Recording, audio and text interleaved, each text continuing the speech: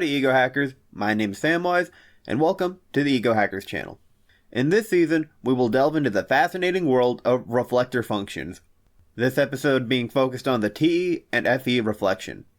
This group symbolizes a unique interplay between our decision-making processes and our social interactions, showing how these cognitive functions mirror each other. We'll explore how this intricate relationship shapes our behavior and interaction with the world. To delve into the TE-FE reflection, let's first understand how reflector functions work. Reflector functions are two cognitive functions that share the same job. In our case, TE and FE are both extroverted judgment functions. They have a very similar orientation, but focus on different aspects. Extroverted thinking is about rational decision-making, using external information, and the accepted truth of a group. You know, the numbers and such. FE, conversely, is attuned to the emotional and social dynamics within a group. It's about the people, man! Since these two functions share the same job, they're kinda hard to use with each other. Usually people just pick one over the other. However, they can complement each other, leading to decisions that are both rational and socially considerate. Consider a situation where one part of us wants to implement a plan based on efficiency and rationality, the extroverted thinking, while another part is concerned about its impact on people's feelings and the group's harmony, the extroverted feeling. This scenario illustrates the typical TE-FE dynamic, balancing rational structuring with social and emotional consideration. There are very few situations where the best approach on a numbers end is going to make the most people happy, and there are very few times where making people happy is going to be cheap, in terms of resources. In this dynamic, the drive for a systematic approach, extroverted thinking, is tempered by an awareness of social relationships and emotional impacts, FE. It's difficult to reconcile the two, and people often pick one over the other based on what function is in their ego. And some have an easier time than others with it. Like me as an INTP, it sucks to put the TE numbers above the FE people, but I have been put in a lot of situations where I need to do that, and it's probably never gonna stop. Meanwhile, my FE hero, ENFJ mother, no, she'd never do that because the alternative comes from TE demon. Yeah. The TE-FE reflection contrasts rational decision-making with empathetic social awareness. TE focuses on organizing and structuring the external world, emphasizing logical systems and efficiency. FE, on the other hand, is sensitive to emotional expressions and values, prioritizing social harmony and understanding. Imagine a teacher is required by the board to teach the curriculum and the pacing while they are at it. But the students are struggling to keep up or understand the concept at said pace. The morale is low, which is an extroverted feeling idea. Does the teacher just go off on their own whim or just keep chugging along? Like I said, hard to reconcile the two. Especially in some schools, going off the curriculum can get you fired. Despite the difficulty, you shouldn't just pick one and just forsake the other one.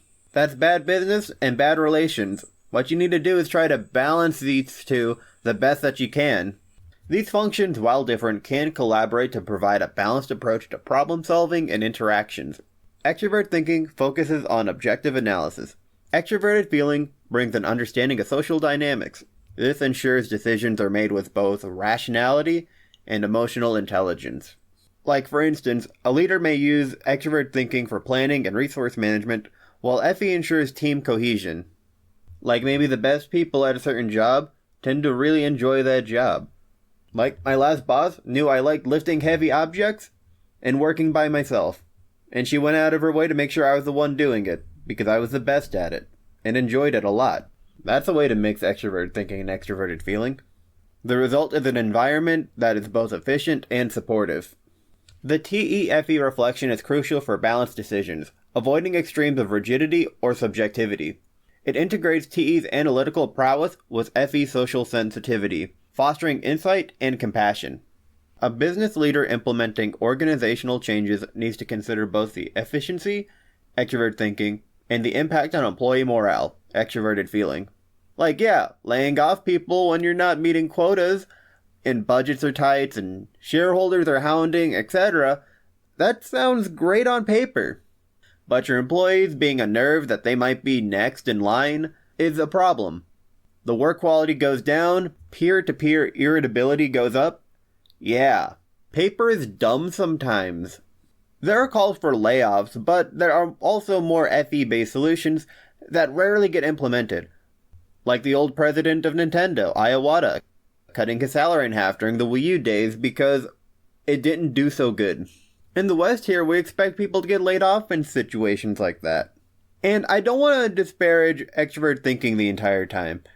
Like, it is nice for the one moody person in a group to get told, "Shut up, no one cares," by someone with little to no extroverted feeling, when I myself am too scared to do it.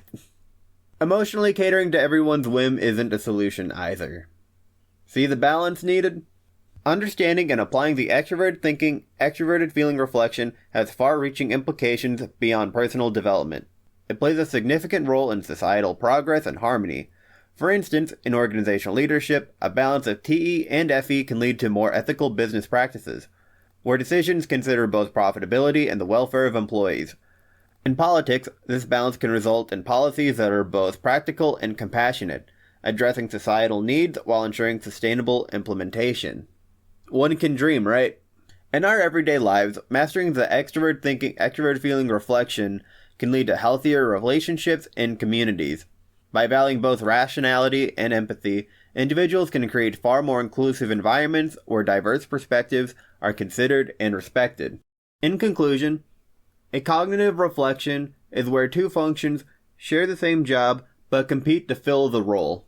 However, dominating in one is never the solution. We need a balance. Developing the TEFE is vital for growth, especially in leadership roles. It helps us make decisions that are effective and empathetic, shaping our problem-solving and relational abilities. You need institutions to back people, and you need people to back institutions. In conclusion, the extrovert thinking, extrovert feeling reflector functions is an essential cognitive tool, merging rational thinking with social and emotional awareness. Understanding and utilizing this can significantly enhance our decision-making and social interactions, contributing to a well-rounded personality adept at navigating both practical and emotional realms. I take it that you're here because you want to grow, and we're here to help you out with that. Did you know that we have an entire series dedicated to growing your cognitive functions? Yes, on csjoseph.life, there is an episode for each type on how to develop yourself further. With a Journeyman membership, you can see how to reach cognitive integration as well as become the best version of your type. Go to csjoseph.life/journeyman today. Joining me on the first episode of the Reflector Functions. I'll catch you guys on the next episode where we're going to cover introvert thinking and introverted feeling. Stay tuned for more insightful discussions on cognitive functions. Later.